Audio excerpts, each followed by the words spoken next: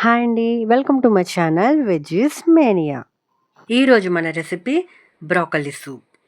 చల్లగా వర్షం పడుతున్నప్పుడు వేడివేడిగా ఏమైనా తాగాలనిపిస్తుందా? ఈ సూప్‌ని ట్రై చేయండి. మీకు చాలా నచ్చుతుంది. ముఖ్యంగా హెల్తీ లైఫ్ స్టైల్ మెయింటైన్ చేసే వాళ్ళకి, బరువు తగ్గడానికి ఇది చాలా హెల్ప్ అవుతుంది.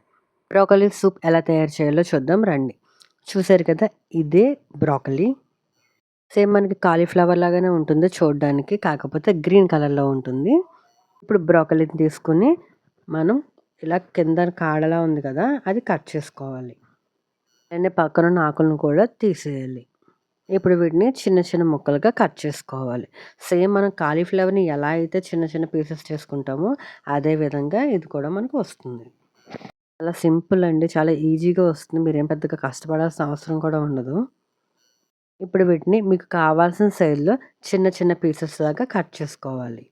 చిన్న కాడలా ఉన్నాయి కదా, వాటితో పాటునే తీసేసుకోవచ్చు. అవి ఏం కట్ చేయాల్సిన అవసరం ఉండదు. చూసారు కదా, చూపించిన విధంగా ఇలా మనకి కావాల్సిన సైజులో నేనైతే ఇలా తీసుకున్నాను. మీకు ఇంకా చిన్నగా కావాలంటే చిన్నగా కూడా కట్ చేసుకోవచ్చు.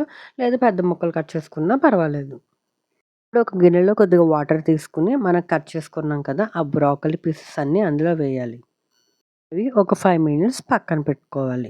ఇప్పుడు ఒక మూకుడు తీసుకొని దానిలో కొద్దిగా వెన్న, మనం ఇంట్లో తయారు చేసుకుంటాం కదా, ఆ వెన్న అయితే చాలా మంచిది. ఒకవేళ ఇంట్లో లేకపోతే బయట బటర్ దొరుకుతుంది కదా, ఆ బటర్ వేసుకున్నా పర్వాలేదు. కాకపోతే మనం ఇంట్లో తయారు చేసుకున్న వెన్న అయితే కమ్మని టేస్ట్ ఉంటుంది. నేనైతే అదే వేసాను. ఇప్పుడు మనం ముందుగా కట్ చేసి పక్కన పెట్టుకున్నాం కదా, ఆ బ్రోకలీ పీసెస్‌ని, అలాగే సన్నగా కట్ చేసుకున్న ఉల్లిపాయలు, ఒక ఉల్లిపాయ అయితే సరిపోతుంది పెద్దది. అలాగే 7-8 వరకు వెల్లుల్లి రెబ్బలు కూడా వేసుకొని లో ఫ్లేమ్‌లో పెట్టుకొని స్లోగా కలుపుకోవాలి. అయితే ఇందాక చూపించిన బ్రోకలీ మొత్తం తీసుకోలేదు. అందులో కొద్ది పార్ట్ మాత్రమే తీసుకున్నాను. దానికి సరిపడా మీరు క్వాంటిటీస్ కూడా పెంచుకోవాలి. దీంట్లో మనకి టేస్ట్‌కి తగ్గట్టుగా కొద్దిగా సాల్ట్, అలాగే బిర్యానీ ఆకు, కొద్దిగా చిన్నగా కట్ చేసుకున్న ఒక బంగాళదుంప ముక్కల్ని వేసుకొని బాగా కలుపుకోవాలి.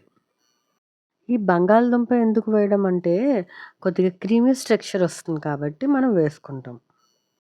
కొద్దిగా ముక్క మెత్తబడిన తర్వాత దీనిలో ఒక పావు స్పూన్ వరకు మిరియాల పొడి కూడా వేసుకొని, కొద్దిగా వాటర్ పోసుకోవాలి. అంటే అవన్నీ మునిగేంత వరకు పోసుకుంటే సరిపోతుంది. ఒక గ్లాస్ వాటర్ పోసాను. ఒకసారి మనం మూత పెట్టేసి ఒక 5-10 మినిట్స్ వదిలేయాలి. ఇప్పుడు ఒకసారి మూత తీసి చూద్దాము. చూసారు కదా, మనకి బాగా బాయిల్ అవుతుందనమాట. అంటే ముక్కలన్నీ కూడా మనకి నీట్‌గా ఉడికిపోయాయి. ఒకసారి మనం ఉడికాయో లేదో తీసి చూద్దాము. చూసారు కదా, ఇప్పుడు దీన్ని అంతటిని కూడా మనం మిక్స్ చేసుకోవాలి. ఒక మిక్సర్ తీసుకొని బ్రోకలీ అంతా కూడా చల్లారిన తర్వాతనే మనం మిక్సర్ జార్‌లో తీసుకొని మనం నీట్‌గా గ్రైండ్ చేసుకోవాలి. దీంట్లో వాటర్ యాడ్ చేసి గ్రైండ్ చేసుకోవాల్సిన అవసరం ఉండదు. ఎందుకంటే ఆల్రెడీ మనం వాటర్‌తో పాటునే వేస్తున్నాం కాబట్టి సరిపోతుంది. మిక్సీ చేసిన తర్వాత ఒక ఫైన్ పేస్ట్ అయితే వస్తుంది కదా, ఇలా క్రీమీగా ఉంటుంది. ఇలా వస్తే సరిపోతుంది. మీరు ఇందులో వాటర్ అయితే యాడ్ చేయొద్దు. ఇప్పుడు ఒక ముకుడు తీసుకొని లో ఫ్లేమ్‌లో పెట్టుకొని మాత్రమే మనం తీసుకున్న పేస్ట్ అంతా కూడా వేసేయాలి. ఇప్పుడు మిక్సీ జార్‌ని కలిపి ఆ వాటర్‌ని యాడ్ చేసుకోవచ్చు. దీనిలో కొద్దిగా పసుపు వేసుకోవాలి. ఇది కలర్ కోసం. మీకు కావాలంటే వేసుకోవచ్చు. లేదంటే స్కిప్ చేసేయొచ్చు. లో ఫ్లేమ్‌లో పెట్టుకుని స్టవ్‌ని మనం స్లోగా ఇలా ఒక చిన్న గరిటె తీసుకొని కలుపుతూ ఉండాలి. ఎందుకంటే మనం ఇందులో ఆయిల్ గానీ ఏమీ యాడ్ చేయలేదు కదా, మనం హై ఫ్లేమ్‌లో పెట్టేస్తే ఆటోమేటిక్‌గా అది మనకి అడుగంటిపోతుంది. టేస్ట్ అయితే అస్సలు బాగోదు. కాబట్టి ఖచ్చితంగా మనం దగ్గరుండి లో ఫ్లేమ్‌లో పెట్టుకునే చేసుకోవాలి. దీనిలో కొద్దిగా ఒక గ్లాస్ వరకు వాటర్‌ని కూడా యాడ్ చేసుకుంటున్నాము. అవుతూ ఉంటుంది. ఇప్పుడు ఒక చిన్న మూకుడు తీసుకొని దానిలో మళ్ళీ కొద్దిగా వెన్న లేదంటే నెయ్యి, అది మీ ఇష్టం, ఏదైనా వేసుకోవచ్చు.